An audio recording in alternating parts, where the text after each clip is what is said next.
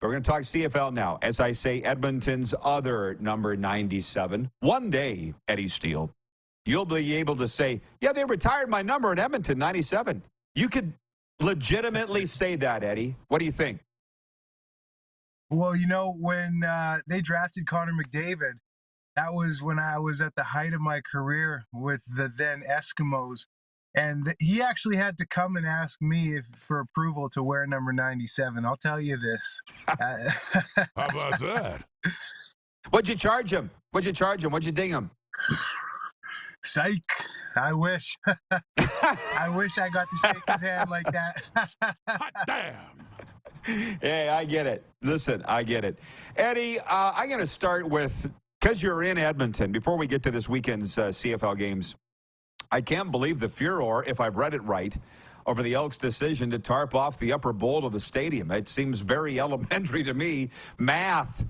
Am I making too big of a deal of it, or what do you think about that announcement this week? Yeah, to me, it's not only math, but it's simple math. And I was talking about it on the morning show this morning with Kevin, because there was a ton of outrage, not outrage, but people voicing their opinion, especially people who are lifetime season seat holders from the upper deck. And they were just voicing their displeasure. And look, I understand. I totally do. I was saying that I'm about 60-40 on this. 60 on the side that I get the economics of it. I get the atmosphere, the environment, the intimacy, and the optics. It all makes sense. 40, though, for the other 40 would be I understand the legacy season seat holders where it's been decades, those seats in the family. And I have the empathy for them. But at the end of the day, Commonwealth is so big. It's so, even if you have 30,000 plus in Commonwealth, it looks somewhat empty because it holds 55 to 60,000. So when you have 30,000 scattered about, it doesn't look very good. It doesn't present for the best overall atmosphere, having played in that type of atmosphere and having seen it as a fan. So both viewpoints. So I think it's a good move. It makes total sense to me. It's going to bring everything tighter. The field already is significantly further away at Commonwealth than the average field from the fans. So to bring everything a little bit tighter, I think only makes sense. Yeah, me too. I get it. And to be honest with you, the president there, Rick Lawlisher, did it in BC. Rick's, if he's not in the Hall of Fame, he's going to be. He gets it. And you also know, Eddie, give these season ticket holders a few gifts. Let them go for supper with Jones to chop for a steak or something. They'll get over it, right? But you got to just kiss their ass a little bit. Do teams still do that anymore? I don't know if they do. Well, here's the thing. Not only should they be kissing their booty a little bit and doing some things, but they are now telling these season ticket holders who have had these seats for decades and decades, because I've heard loud and clear from people who have had season seats for a long time in the family, and they're asking them to change their seats, and they're asking them to pay more. So go figure. That doesn't add up. So it's going to be interesting how this all unfolds. I don't have all the math behind it in terms of the numbers and what people are paying. I'm just being told what people have told me.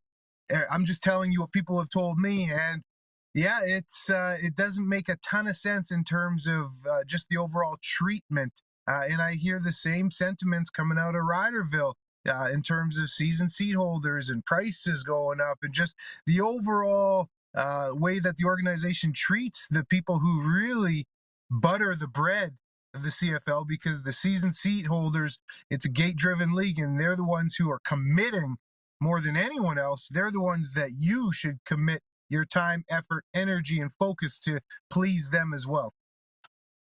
Well, thank you. We've spent enough time on this, but again, that's sports in 2023, and I'll be honest, this is why I want no part of it, because I don't understand where we took this turn to crazy town with how these teams are being run. So anyways, I want to know your take on the game tonight. It's the game of the week, Sask at Calgary. I think the winner gets into the playoffs. Mathematically, that's not the case, but spiritually it is. What do you think is going to happen tonight? I realistically think that Saskatchewan is going to have a performance that is better than what we've seen. 5 straight losses. It's tough slugging over there. But the thing about it is Calgary is in such a position that we're so not used to seeing them be in. And they're in a worse position than the Riders in their 5 straight losses and all the turmoil that's going on. So I really do think right now the Riders have a better roster. They have a better team. This is the game they should win because not just record-wise, I firmly believe they are a better team right now. So I'm expecting them to win. I am. That is sound reasoning. And I think Calgary's favored by 3. I mean, the interesting thing when you say that, Calgary's got their number 1 quarterback playing, Jake Maier. They made the decision to get rid of Bo for this guy. Sask is down to their 3rd string. And I'm not sure they're overly confident even on starting this guy. Does that make a difference to you in how this game might go? The quarterback position. Yeah, the quarterback position, I mean, look, I was so high on Jake. I still have some faith that he can turn it around. It's been a very, very tough season. But this is the guy that they chose to replace Bo Levi. And, in all honesty, it doesn't look like the worst decision in the world with how things have played out east for Bo. But with the Riders, yeah, they're on their 3rd string quarterback. It's been very uncertain at that position throughout the season. And all they need really is for the quarterback just to be a point guard. They don't need the quarterback to go out and throw bombs and to win a game because they do have talent on their roster. You just got to make the throws that are simple, make your 15-yard completions, and just be a distributor and just go out and play point guard. Have some kind of Trey Ford-like numbers. You don't got to go for 300 yards passing. You can throw for, 250, 220, but go 17 to 25. Be efficient, no turnovers. They have a fairly strong run game that I believe in, so lean on that. And then get the ball to your playmakers and let them do the rest. Jen from the Four Seasons writes in. She says, the Riders don't win when they should. I have no faith in this team. Sad but true. Troy in Toronto says 31,000 at Commonwealth is pretty good. If they sold that many seats every game, I wish the Argos could get 30,000 per game.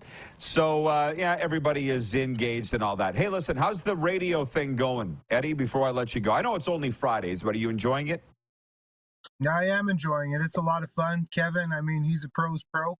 So working alongside him has been awesome and just learning from him. And just, it's a lot of fun being totally kind of on that side of things in terms of media, being able to really ask questions and not just do interviews such as this where I'm being asked the questions, but actually being able to interview people, ask them questions and get creative with the questions.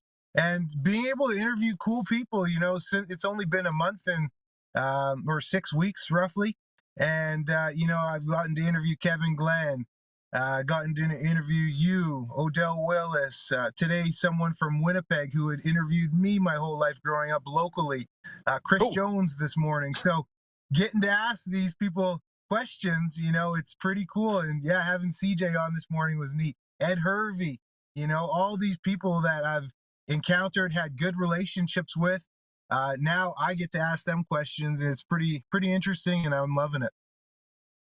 How was it interviewing Jones? Because to be honest, as you know, I'm a Jones guy, but I feel like he's the hardest interview. I put him top 3 I've ever had, and I've been in the business 35 years. How did you find it? In all honesty, Rod, and I've heard hundreds of Jones's interviews. I always would listen to media clips and stuff when I play. It was something that I was very interested in. And you're right, hard, short answers, can be abrasive. He shocked me, to be honest, with his openness and willingness to go to some depths of some topics this morning. And there was some things that I was surprised that he actually was open and it wasn't just short. And I think maybe part of that, I'm not sitting here taking the. And he gone. You got a call, Eddie? Yeah, you got said me? part of the reason for that Yeah, I got you now. Part of the reason was that you played for him. Is that what you're going to say? Yeah, I was going to say, yeah, there's a relationship there. So he really got a little bit more deeper than I was anticipating. So I think that's why. Well, it was as bad as I've seen. He's one in a million, man. As are you, Eddie, but for different reasons. Thanks for the time, amigo. Enjoy the games. Have a good weekend. Thank you. Sorry about that. I did get a call. Have a great weekend, Rod. And don't get a sunburn down there, please. Clouds out today, so I think we're safe. Thanks, Eddie. Yeah, Edmonton's other number 97. How about that, Eddie Steele?